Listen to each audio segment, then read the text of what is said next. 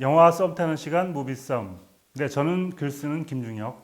영화 보는 송경원입니다. 오늘 다룰 영화는 뒤에 있는 미라입니다. 네, 톰 크루즈의 미라죠. 제가 근 몇 년 만에 조조로 지금 네. 개봉일에 맞춰가지고 조조를 보고 왔는데 오늘 아침에 일찍 봐야 돼서 굉장히 컨디션이 안 좋으셨다고.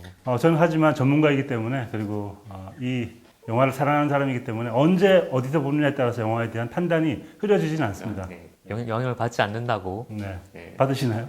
저는 크게 봤습니다. 그래요? 컨디션에 따라서. 언제 보셨나요? 어느 타이밍에 저도 오늘 아침에 봤는데 네.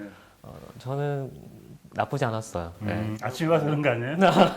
아침에 일어나서 봤는데 긍정적으로 봐야 한다 이런 어떤 사실 걱정이 되게 많잖아요. 일단 포스터부터 보면 이게 제대로 나올까? 톰 크루즈가 너무 앞서가는 거 아닌가? 여러 가지 좀 우려가 더 컸던 리메이크였는데 제 생각보다는 훨씬 더 무난하게 나왔다라는 네. 느낌이었습니다. 앞으로 차근차근 미라가 어떤 영화인지 하나씩 밝혀 나가보도록 하고요. 먼저 줄거리를 저희가 설명을 좀 해드려야 될 것 같은데 저희는 긴 줄거리 하지 않죠. 네. 한 줄거리로 미라라는 영화가 어떤 영화인지 밝혀보도록 하겠습니다. 네, 알겠습니다.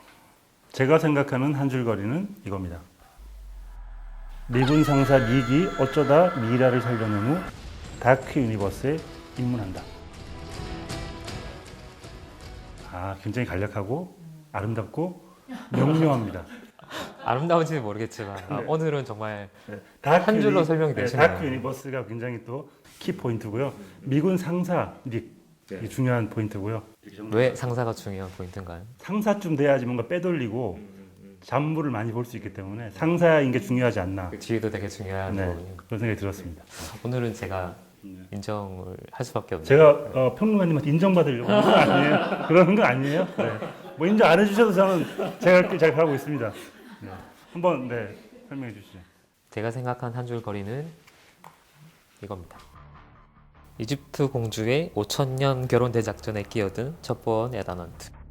다른 영화 보시고 오신 거 아니에요? 결혼 대작전과 에다먼트는 미션 임파서블에 나오는 주인공이고 예. 오늘 좀 부끄럽네요. 한 줄 거리를 쓰고 나서 제가 약간 밀렸다는 느낌이 있는데. 제가 보기에는 굉장히 조소가 섞여 있는 한 줄 평이라는 생각이 듭니다. 약간 아쉬움도 있어요. 그리고 어쩌면 이게 한 줄 거리라기보다 한 줄 평에 가까울 수도 있을 것 같은데 그냥 단독 영화로서의 미라라기보다는 그 미션 임파서블이 계속 생각나는 런던이란 배경도 그렇고요.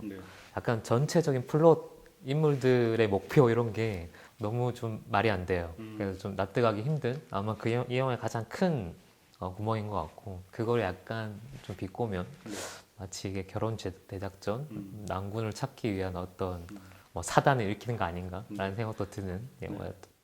제가 보기엔 유니버설 측에서 굉장히 싫어할 것 같은 한 줄 줄거리가 아닌가. 우리가 기껏 만들어놨더니 결혼 대작전과 에단 헌트를 얘기한다는 건 위험한 한 줄 거리가 아닌가 생각이 드는데 그 우선 미라를 생각하는 사람들이 생각하는 장르가 있잖아요. 네. 이집트의 이야기일 것이다. 그런 생각을 하는데 말씀해 주신 것처럼 약간 기대와는 다른 장르를 보고 나온 것 같은 생각이 듭니다. 어떤 영화, 어떤 장르를 기대했는지가 연령대마다 조금 틀릴 건데 우리가 흔히 미라 하면 떠올린 영화는 90년대에 만든 브랜든 프레이저가 주연한 미라 3부작이에요.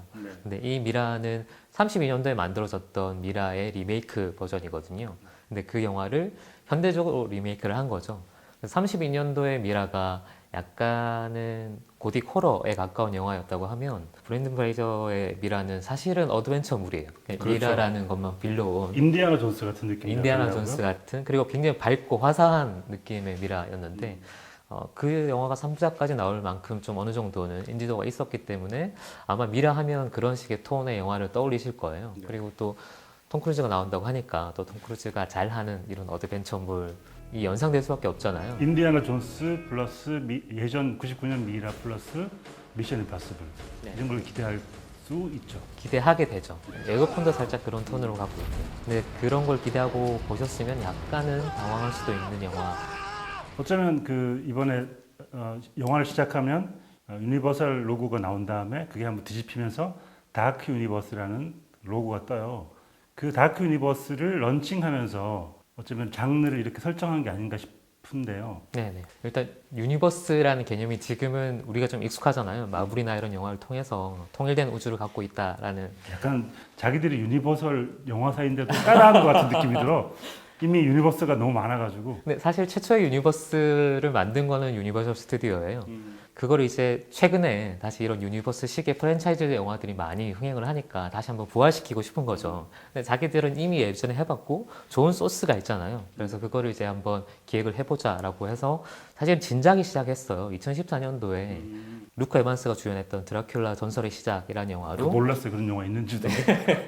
그게 흥행 성적이 안 좋았죠. 그 영화를 첫 걸음으로 하려고 했었는데 그게 이제 성적이 잘 안 나오니까 한 차례 좌절이 되고 이제 다시 한번 다크 유니버스를 본격적으로 출범시켜 보자라고 해서 출발한 영화가 이건 거죠. MCU 같은 마블 시네마틱 유니버스 이런 거 보다가 유니버설 사장님이 야 저런 거 우리 없니?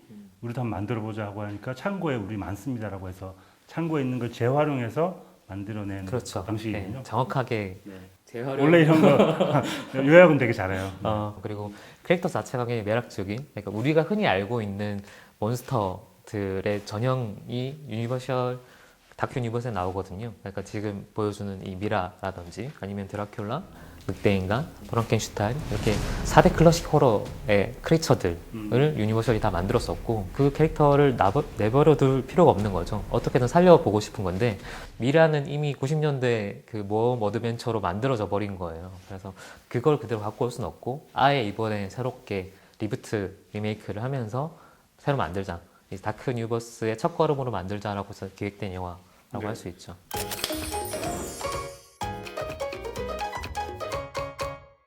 작가님은 톰 크루즈 영화 하면 뭐가 제일 먼저 떠오르세요? 저는 좋아하는 영화는 최근에 엣지 오브 투마로우를 굉장히 좋아했어요. 그래서 그때 톰 크루즈의 얼굴에서 필요함 같은 걸 잘 느낄 수 있는 배우인 것 같아요. 나한테 왜 이런 일만 닥치나 그런 식의 표정을 되게 잘 짓는데 실제로 이 영화의 감독인 알렉스 커츠만이 앞으로 다크 유니버스 전체를 어떻게 보면 통과하게 될 것 같은데 그 엣지 오브 투마로우랑 미션 임파서블 3의 각본을 쓴 사람이기도 하죠. 저는 예전에 이제 탑건 때 톰 크루즈 정말 말 그대로 꽃미남 이 남자. 근데 저는 사실은 요즘 나이 들었을 때가 더 멋있는 것 같아. 그때는 너무 뽀사시한 느낌이었다면 지금은 약간 중후한 느낌까지. 시기에 따라서 완전 달라진 것 같아요. 오히려 지금이 더 멋있어지는, 물론 그때도 최전성기를 누렸지만 지금 나온 영화에서 또 다른 뭐 전성기나 모습들을 보여주고 있는 배우 중에 한 명인 것 같고 그 대표적인 시리즈가 아마 미션 임파서블일 거예요. 이 영화에서도 딱 그런 액션 시퀀스들이 많이 나오거든요. 사실 어떻게 보면 호러 영화고 좀비 액션에 가까운 지금 많이 봤던 월더 제트에서 나왔던 그런 이미지들을 많이 보여주고 있는데 그거랑 어떻게 보면 안 맞는 정도의 액션 시퀀스를 되게 많이 보여줘요. 합을 안 맞춘 것 같은 느낌이 있어요. 좀비들이 기대하는 액션 그런 게 아니었는데 갑자기 강목으로 얼굴을 내려친다든지 이런 식의 너무 잔인한 액션을 해 보이시니까 둘이 안 맞아 보이긴 합니다. 이게 약간 톤이 다른 영화 두세 개가 붙어 있는 것 같은 거죠. 저는 개인적으로는 그렇게 불협화음 정도로 느껴지진 않았고 그냥 다양한 맛의 아이스크림을 맛보는 느낌. 톰 크루즈 액션도 보고 좀비 액션도 보고 그냥 호러 같은 긴장감도 보고 그런 것들이 잘 섞여 있다라는 인상을 좀 받았고. 아침에 약간 배고파서. 그래서 상대적으로 조금 저는 아쉬웠던 게 소피아 부텔라라는 배우. 그 킹스맨에서 너무 멋있어가지고 저는 기대를 좀 많이 했었어요. 굉장히 몸을 잘 쓰는 배우잖아요. 뭐 그 킹스맨에서의 가젤이라는 캐릭터는 정말 인상적이었고 실제로 댄서 출신이기 때문에 스트리트 댄스나 이런 영화들 보면 굉장히 정말 자기 몸으로 연기를 잘하는 배우거든요. 근데 이번 영화에서는 그런 액션들을 보여줄 여지가 별로 없죠. 현란한 액션까지는 아니지만 새로운 액션을 보여줄 줄 알았는데 약간 좀 아쉬웠던 것 같아요. 기본적으로 초능력을 다 쓰시기 때문에 장기를 못 살린 것 같기도 하고 또 한편으로 아쉬운 거는 굉장히 매력적인 캐릭터예요. 이 아마네트라는 여자 미라. 근데 그 캐릭터의 매력을 이야기에 좀 희생시키지 않았나라는 생각도 좀 들었고요. 제가 이 영화를 준비하는 과정에서 미이라를 집중 분석을 했습니다. 근데 아무 소용이 없어. 영화에서 미이라를 다루질 않아. 이집트 문명사와 오시리스, 호루스, 이시스, 세트 이런 어떤 인물들을 조사를 했지만 이 영화와 아무런 상관이 없습니다. 예고편 안 보고 조사하신 거죠? 그렇죠. 왜냐하면 저희가 조조를 보고 바로 왔기 때문에 시간이 별로 없기 때문에 미리 좀 예습을 하자는 생각을 했는데 이런 거 아무 상관없다 그런 생각이 들고요. 이집트랑 미라라는 코드를 충분히 못 살린 건 좀 아쉽긴 하죠. 근데 저는 약간 90년대 시리즈에 나오는 이집트는 뭐 황금색으로 치장이 돼 있잖아요. 너무 화사하고. 근데 이 영화에서 좋았던 거는 관 색깔이라든지 전체적인 느낌이 정말 다크라는 걸 어울리게 약간 다크 유니버스까지는 아니고 다크 초콜릿 정도인 것 같아요. 색깔이 다크하다는 거 말고는 제가 보기에는 유니버스가 다크하진 않았던 것 같고 다음 영화 이어지는 영화에서 어쩌면 이 사람들의 진정한 다크를 보여줄 수 있지 않을까 기대를 한번 해보도록 하겠습니다.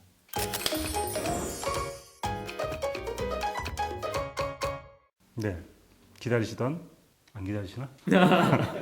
스코어 타임이 돌아왔습니다. 제가 오늘 미라에 대해서 좀 돈을 써보려고 합니다. 네. 450만까지 써보겠습니다. 왜냐하면 제가 오늘 조조를 보고 왔잖아요. 사람이 너무 많아. 제가 보기 충분히 450만까지 가지 않을까. 제 예상 스코어는 돈 좀 쓰세요. 저는 250만으로 가겠습니다. 요즘에 약간 영화들이 이런 블록버스터라고 할 수 있는 사실 여름 블록버스터로 와도 되는 영화들이거든요. 근데 그게 너무 한 주 차이로 연달아 개봉해서 극장이 약간 포화 상태인 것 같아요. 그래서 지난주, 지지난주의 영화들 원더우먼이나 캐러비안 해적도 밀려 있기 때문에 이 스크린 싸움을 하다 보면 그렇게까지 높은 수치가 안 나오지 않을까? 하지만 오늘 첫날 스코어가 너무 높더라고요. 그래서 저는 얘기를 듣고 보니까 원더우먼하고 캐리비안 해적도 약간 있으니까 같이 경쟁하고 있으니까. 아니 수정 안 되는 거 아니에요? 전 350만으로. 네, 350만. 네, 왜냐하면 차이가 너무 많이 나니까 350만으로 수를 줄여보겠습니다. 네, 알겠습니다. 네, 1부에서 대략적인 얘기를 나눴으니까 자세한 이야기는 2부에서 해보도록 할게요. 다음에 뭐 보죠? 이거?